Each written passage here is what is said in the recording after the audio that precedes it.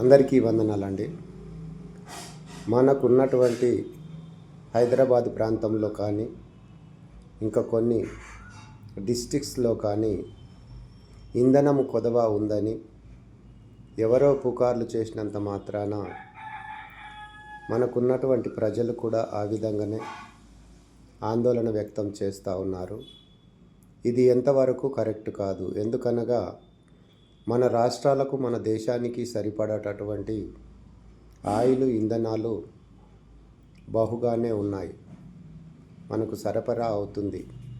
ఎక్కడో యుద్ధాలు జరుగుతున్నాయని ఇక్కడ పుకార్లు చేస్తూ ఉన్నారు. కాబట్టి ఇంధనము కొదువగా లేదు. ముఖ్య కారణం ఏమిటంటే కొన్ని బంకుల వాళ్ళు ప్రతి ఒక్కరికి కూడా ఆయిల్ ఇంధనపు కంపెనీ వాళ్ళు అరువు అనగా క్రెడిట్ ఇచ్చేవాళ్ళు. ఆ క్రెడిట్ కాస్త ఇప్పుడు ఇవ్వటం లేదు. ఆ క్రెడిట్ లేకపోవటం మూలంగా కొన్ని చిన్న చిన్న బంకులు కానీ ఇంకా కొన్ని ఆర్థిక సమస్యల్లో ఉన్నటువంటి బంకులు కానీ ముందుగా డబ్బులు వెచ్చించి ఇంధనము కొనుక్కోలేని పరిస్థితిలో ఉన్నవాళ్ళు మాత్రమే బంకులు కొన్ని క్లోజ్ చేసుకోవటం జరిగింది. ముందుగా మనకు కావలసినటువంటి ఇంధనము, మనకు కావలసినటువంటి పెట్రోల్ కానీ డీజిల్ కానీ వారికి ముందుగా అనగా ఇంధనపు కంపెనీల వాళ్లకు ముందుగా డబ్బులు హెచ్చిస్తేనే ఆ యొక్క డబ్బుకు సరిపడా ఇంధనాన్ని పంపటం జరుగుతుంది.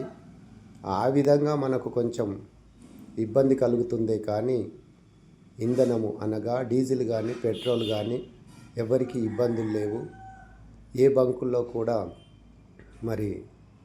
ఇబ్బందికరంగా కనబడటం లేదు.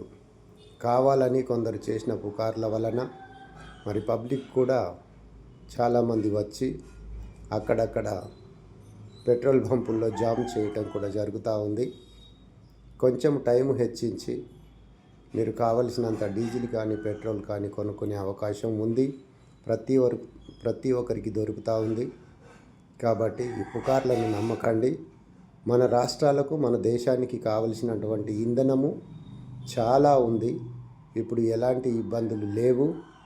గమనించాలి. ప్రజలందరూ ఇబ్బంది పడకూడదు, ఇబ్బందుల్లో ఉండకూడదు అని మీకు మరొక్కసారి మనవి చేస్తూ వందనాలు చెల్లిస్తూ ఉన్నాను. Thank you.